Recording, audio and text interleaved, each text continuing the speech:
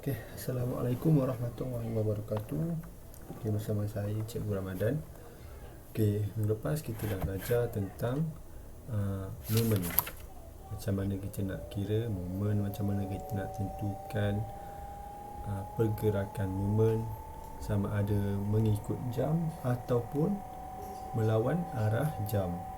Formula dia pun kita dah tahu, M sama dengan FD, di mana F tu adalah daya dan D adalah jarak berserenjang dengan titik moment. Okay. So, hari ini kita nak sambung, iaitu berkaitan geseran. Saya tahu dalam kehidupan kamu ni, kamu dah tahu sebenarnya apa itu geseran. Pada kamu, geseran tu bila contohnya geseran ni, bila kita tengah bercakap dengan kawan-kawan kita, dia cakap, janganlah bergeser macam tu, janganlah bergeser macam tu. Nanti kalau kita lepas tu kita boleh tengok, pandang pada kasut kita. Kasut kita cepat haus disebabkan apa? Kasut kita disebabkan adanya geseran. Tayar kereta dia haus disebabkan apa? Disebabkan adanya daya geseran. So kita nak tahu apa sebenarnya geseran ni dalam sifat mekanikal. Okey, kita nanti masuk, kita tengok daya geseran. Daya geseran ni adalah apabila dua permukaan yang bersentuhan. Dua permukaan, contohlah permukaan kasut dan permukaan lantai, macam tu. Itu adalah dua permukaan atau suatu jasad bergerak di atas suatu permukaan. Wujudnya satu rintangan yang disebabkan oleh kekasaran di antara dua permukaan yang bersentuhan. Okay, contohnya dekat gambar ni kita ada kasut dan lantai. Sama ada lantai sekolah ataupun lantai jalan. So dekat kasut tu kita dah ada satu kekasaran, dan lantai tu pun ada satu kekasaran. So bila ada dua permukaan kekasaran kat sini, so kita ada satu rintangan. Rintangan itulah yang kita namakan dia sebagai daya geseran. Okey. Yang kedua, geseran boleh menjadi begitu besar ketika permukaan tidak bergerak bersama-sama, bergantung pada keadaan permukaan itu, iaitu mendatar ataupun condong. Contohnya lantai itu, kita nak tolak kotak di atas lantai yang kasar. Kita tolak tapi kotak tu tak bergerak. Sebab apa? Sebab lantai itu mempunyai permukaan yang kasar, dan geseran daripada permukaan yang kasar itulah menyebabkan geseran pada lantai itu besar. Okey. Kita masuk konsep geseran. Okay, dekat sini konsep geseran. Boleh tengok muka surat 139 ni. Okay, apabila satu jasad ni diletakkan di atas satu permukaan. Okay, satu permukaan ni lah, tak kisah permukaan lantai ke, permukaan atas meja ke, mana-mana permukaan. Okay, jasad tu mestilah ada beratnya. Contoh, kita letak satu kotak di atas permukaan. Kotak tu mempunyai beratnya yang tersendiri, iaitu jisim darab dengan graviti. Kenapa kena darab dengan graviti? Okey. Contoh, kalau kita letak berat je dekat situ, jisim, tapi kita tak ada graviti, maknanya kotak tu terapung, betul tak? Disebab kotak tu melekat pada permukaan itulah kita kena darabkannya dengan graviti. So berat untuk kotak tu adalah jisim darab graviti. Bila adanya satu daya ke bawah, iaitu daya yang bertindak ke atas permukaan ni, permukaan ni pun akan menghasilkan satu daya, iaitu daya tidak balas. Daya yang menolak, yang menahan kotak ni, itu adalah daya tidak balas, dinamakan R. Okey, kita tengok gambar rajah B. Okey, gambar rajah B, kita masuk pada geseran pula. Kita dah ada W, jisim dan graviti, dan kita ada daya tidak balas normal. Okey, kita tahu dua ni adalah Newton, hukum Newton yang ketiga, iaitu mempunyai daya tidak balas normal. Okay, kita masuk dekat geseran.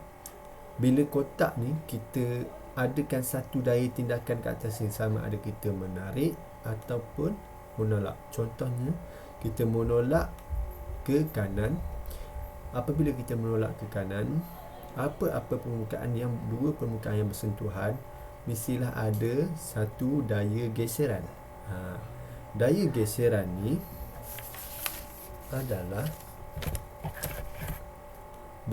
bertentangan dengan daya tindakan, di mana apabila daya tindakan kita ke arah kanan, geseran ni akan berlawanan dengan arah daya tindakan, iaitu daya geseran akan ke arah kiri. Itu adalah daya geseran. Kamu kena faham konsep dia. Apabila daya tindakan di mana-mana arah daya tindakan berlaku, daya geseran ni akan bertentangan ataupun sonsang dengan daya P, berlawanan dengan daya tindakan. Kamu kena faham tu. Okay, gambar rajah ni adalah gambar rajah apabila satu objek dalam keadaan pegun. Bila kita dalam pegun pun, daya geseran tu tetap hadir, tetap wujud. Okey, kemudian kita tengok kat sini. Okey, kita tengok gambar rajah. Seorang lelaki menolak kotak pada satu permukaan. Okey, dia menolak. Okey, kita tengok bila keadaan tu tidak bergerak, maksudnya keadaan tu pegun. Bila keadaan tu pegun, daya P yang bertindak ke atas jasad ni kurang daripada F. Maksudnya dekat sini daya tindakan lelaki tersebut kurang daripada daya F, di mana daya geseran ni lebih tinggi daripada daya yang ditolak oleh lelaki tersebut.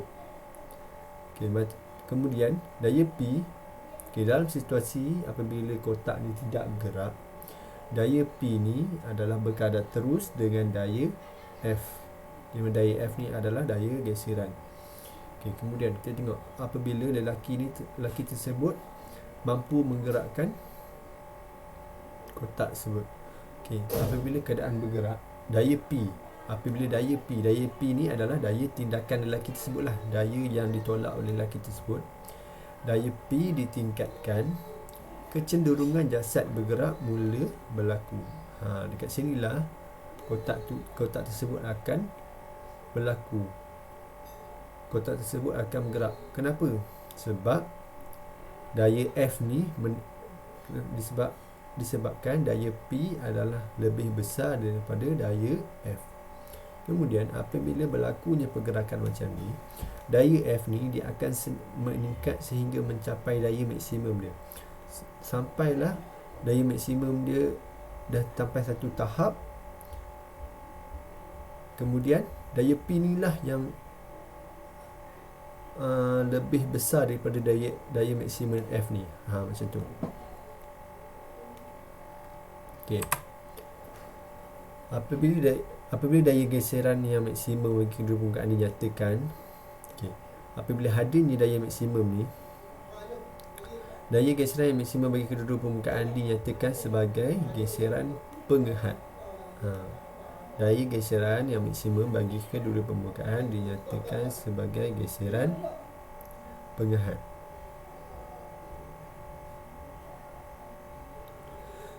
Nilai daya geseran berkadar terus dengan daya tindak balas normal. Daya tindak balas normal ni dekat mana? Daya tindak balas normal ialah bila berat ke bawah, tindak balas normalnya ke atas. So daya geseran berkadar terus dengan daya tindak balas normal, dan dia menghasilkan satu formula, iaitu F sama dengan perkali geseran darab dengan normal, tindak balas normal, iaitu kita namakan dia sebagai permalar perkali geseran. Nanti kita tengok apa dia perkali geseran ni. Okey. Kemudian bila mulanya jasad ni bergerak, daya P adalah sama dengan daya F, manakala nilai W pula adalah sama dengan daya tindak balas R. Jasad, macam saya cakap tadi, jasad akan mula bergerak apabila daya P lebih besar daripada daya F. Daya F apa? Daya geseran. Okey. Dekat sini, bila adanya daya geseran macam ni, lelaki ni dia nak tolak kotak, tapi kotak tu di atas permukaan.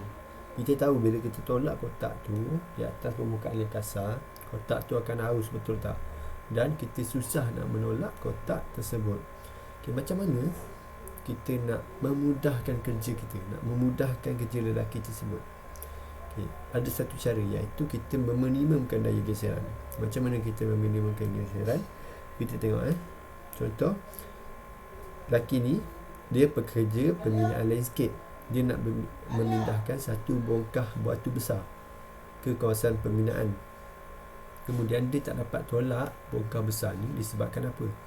Disebabkan permukaan bawahnya yang bersentuh rapat dengan permukaan tanah.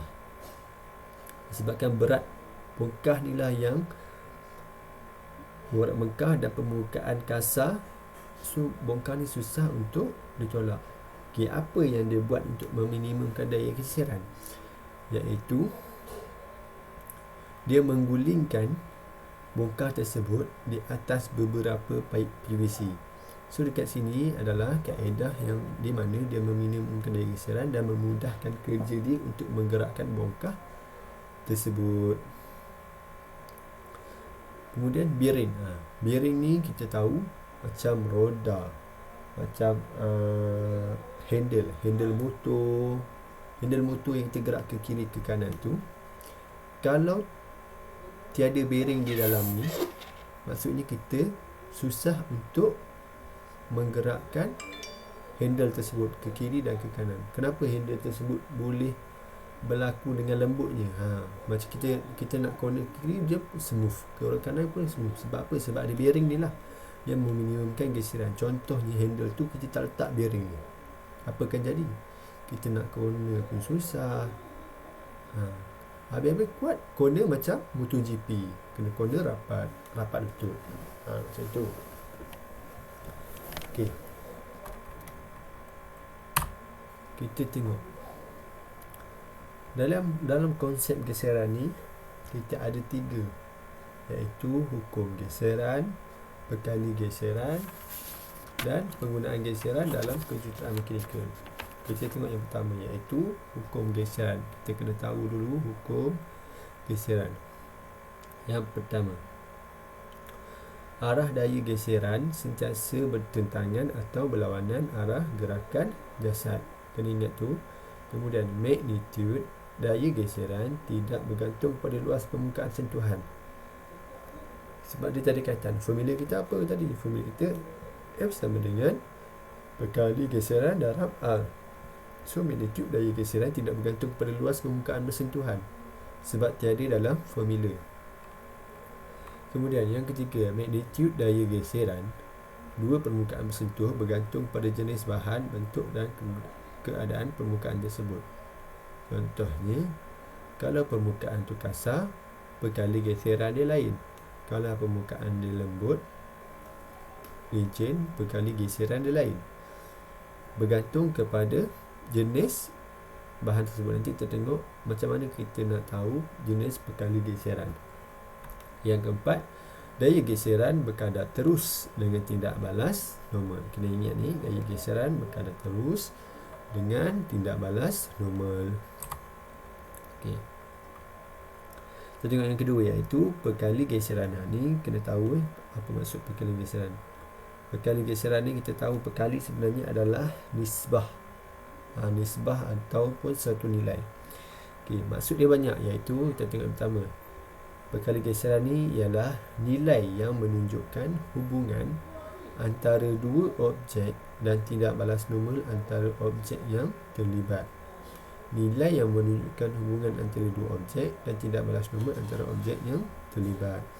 Kemudian yang kedua, perkali geseran ialah nilai yang kadang-kadang digunakan dalam fizik untuk mencari daya biasa ataupun daya geseran objek.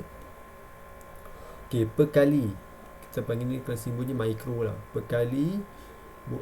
pekali geseran boleh menjadi dua perkara yang berbeza, iaitu pekali ataupun pekali geseran kinetik.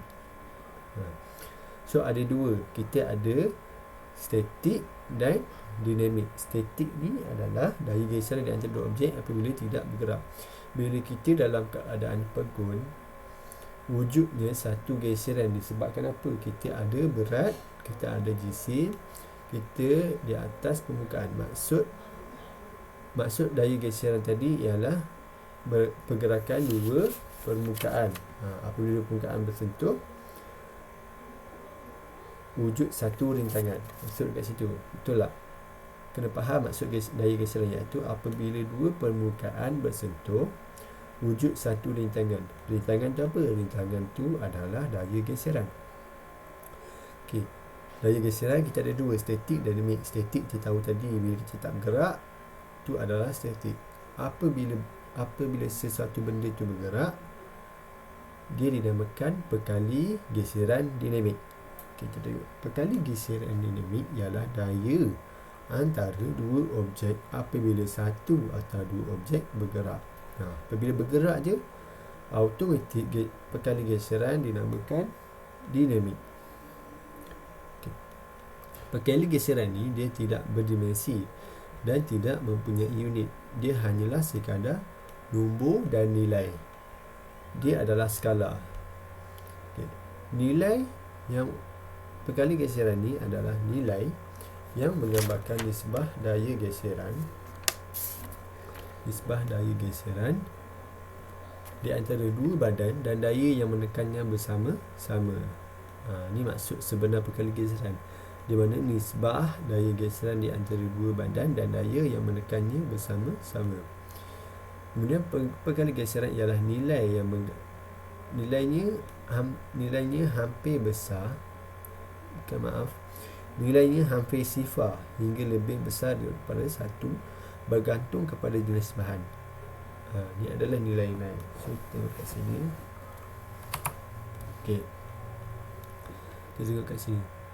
Kita ada besi tuang, nilai pekali geseran dia 0.15. So nampak pekali geseran dia bertambah semakin besar. So kita tengok apa pekali geseran yang besar ni.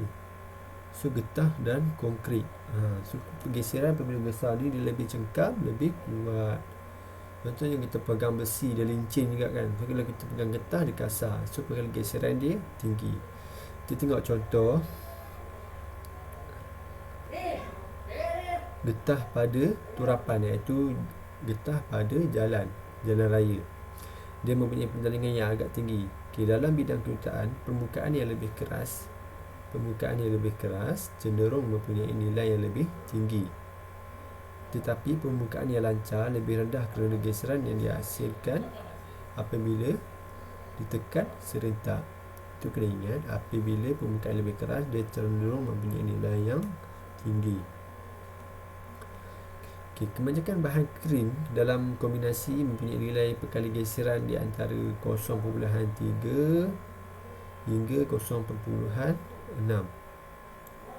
Ini antara adalah bahan kering. Nilai sifar bermakna tiada geseran sama sekali, iaitu apa dia nilai sifar ni? Nilai sifar ni macam keadaan tu lantai lincin, ais. Ais adalah pekali geseran yang rendah. Okey. Kemudian yang ke 3B, ini adalah C. So kita tengok penggunaan geseran dalam kejuruteraan mekanikal. Geseran ni banyak mempengaruhi kehidupan seharian kita. Macam kita pakai kasut kita cepat haus. Kalau kasut kita dah cepat haus, kita berjalan pada lantai yang licin, tiada cengkaman, kita mudah jatuh, betul tak? Sebab itulah geseran ni mempengaruhi kita punya kehidupan. Tanpa geseran ni kita tak boleh hidup juga. Keadaan ini jadi kena geseran antara permukaan tapak kasut tu licin adalah kurang daripada mengakibatkan tiada jengkaman dihasilkan, betul? Begitu juga tapak tangan yang bersih lebih kuat mencengkam barangan yang dipegang jika dibanding dengan tapak tangan yang berminyak. Contoh yang kita ambil adalah tangan kita berminyak ni, kita pegang sesuatu benda, mudah tak kita pegang? Susah. Contohlah kita nak pegang belut. Pernah pegang belut? Rasanya kamu tak pernah pegang belut. Belut tu dia berlendir. So nak pegang dia susah sebab dia punya geseran tu rendah. Macam tu. Okay. Dalam bidang kejuruteraan, kesan tindakan geseran ni dimanfaatkan dalam pemilihan kuasa dan pergerakan. Contoh peralatan yang menggunakan kesan geseran dalam pengendaliannya ialah tali sawat, brek, cekam dan roda kenderaan. So kita nak tengok kat sini. Tali sawat ni digunakan untuk memindahkan kuasa daripada takal pemacu kepada takal terpacu. Ia biasanya diperbuat daripada getah. Kenapa dibuat daripada getah? Sebab geseran dia tinggi. Kalau geseran dia rendah, boleh ke dia nak ubah kuasa tu? Tak boleh, sebab bila geseran dia rendah, dia lincin. Macam mana kita nak ketatkan bila benda tu kita nak pusingkan dari arah, contohnya kita nak pusingkan dari gear yang kecil ke gear yang besar ni, macam mana kita nak pindahkan? Sedangkan tali sawat tu je yang bergerak, gear tak bergerak. Bila tali sawat ni digunakan bahan getah, geseran tu tinggi, maknanya dia melekat dengan gear tersebut. So bila gear melekat, gear ni akan memindahkan kuasa dengan mudah. So tiada lincin yang berlaku pada gear tersebut. Okay, kita tengok kat sini. Ni tali sawat yang digunakan, ni pun tali sawat yang digunakan. Okay. Kemudian kita boleh tengok brek. Brek, kalau tak ada brek dalam kehidupan, kita boleh hidup ke? Berjalan sampailah ke hujung dunia. Sebab apa? Sebab kita tak berhenti. Sebab itulah brek memain peranan penting dalam kehidupan kita. Tanpa brek kita tak boleh hidup juga. So brek digunakan untuk memberhentikan roda yang sedang berputar. Okay, terdapat dua jenis brek yang digunakan, sama ada brek jenis gelendong atau brek jenis cakra.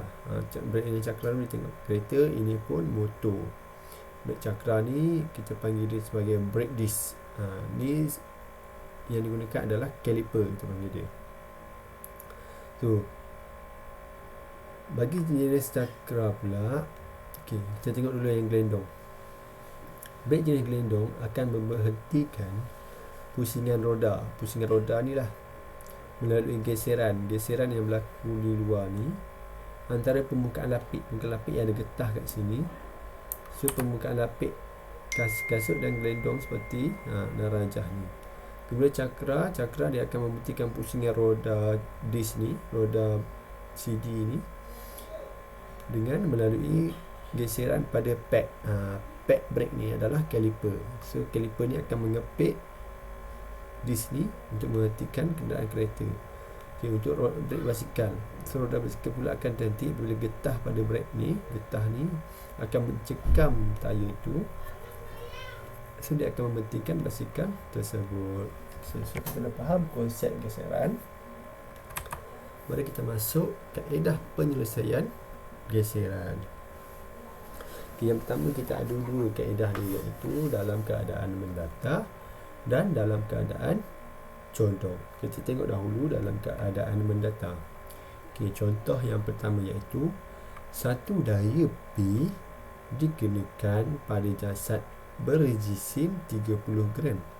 Daya P dikenakan ke atas jisim 30 kg.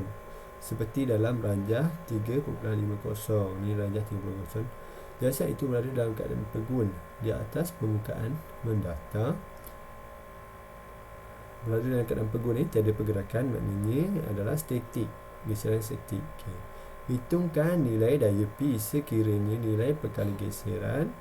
Okay, nilai perkali geseran di sini adalah samaan 0.45. So kita tengok jalan berkenaan.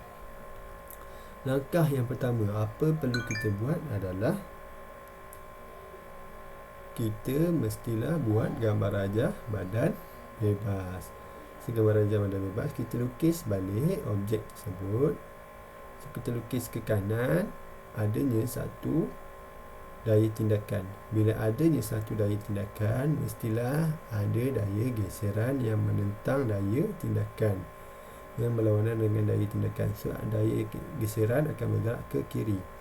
Bila adanya satu jasad yang mempunyai jisim, so kita ada satu jasad mempunyai jisim iaitu W yang bergerak ke bawah. Kemudian kita mestilah ada daya tindakan yang melawan kotak tersebut, yang menahan berat jisim tersebut, iaitu R. So, kita tengok langkah penyelesaian yang kedua. Kemudian kita mula pengiraan kita pada mula pada paksi Y dahulu. So, kita samakan bila dia dalam keadaan pegun, maknanya dia adalah berada dalam keseimbangan. Apabila berada dalam keseimbangan, kaedahnya adalah ke atas, kita assume ke atas semua adalah positif. Hasil tambah Fy sama dengan kosong sebab keseimbangan. So, R tambah dalam kurungan negatif W sama dengan kosong. Kenapa negatif W? Sebab R bergerak ke atas, kita assume ke atas tadi, W berlawanan. So, kita bila W berlawanan, W adalah negatif. So, R sama dengan W. W apa? W adalah mg, di mana m adalah jisim bahan, g adalah pecutan graviti.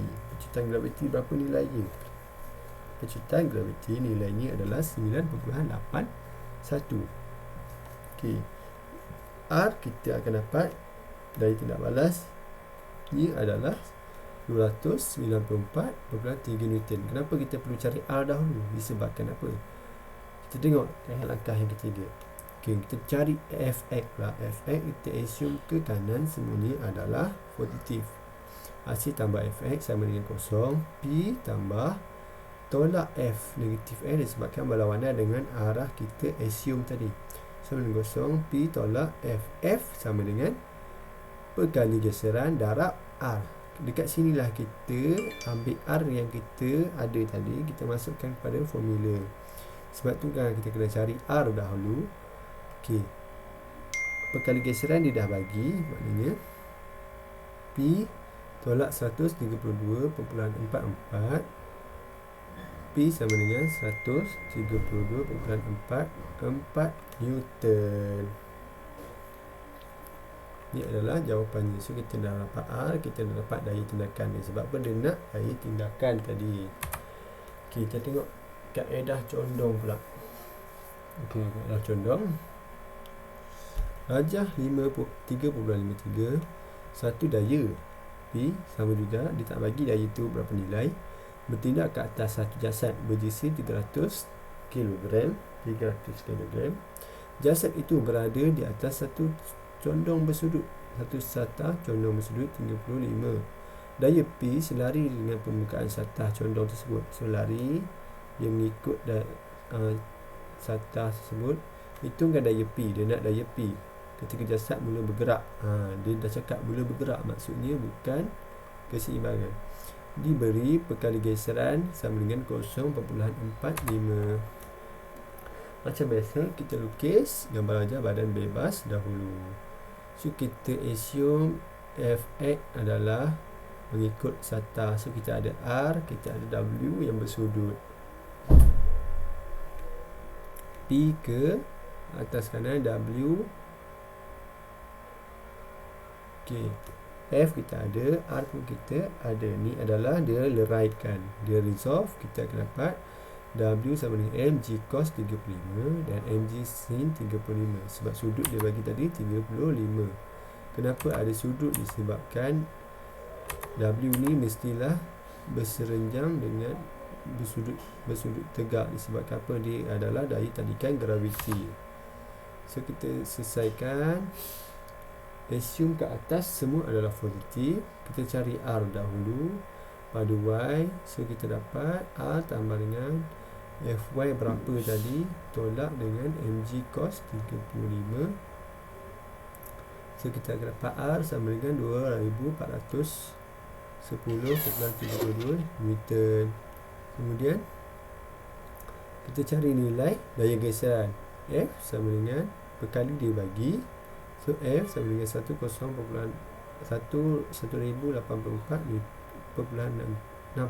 Newton. So kita dah dapat, kita tak dapat apa lagi, kita tak dapat P. So kita cari kaedahnya Fx pula. Fx ke kanan semuanya positif. So P tambah tolak dengan W mg sin theta dan tolak dengan F. So kita akan dapat mg sin theta mg 300 darab 9.81 sin 30 tambah dengan F yang kita dapat tadi. So jawapan dia adalah P sama dengan 2772.68 Newton. Ini adalah kaedah menyelesaikan masalah geseran pada permukaan condong. Okay, sampai situ sahaja. Terima kasih. Semoga kita berjumpa lagi lain hari. Saya harap kamu faham. Semoga berjaya dalam kehidupan. Okay, terima kasih semua.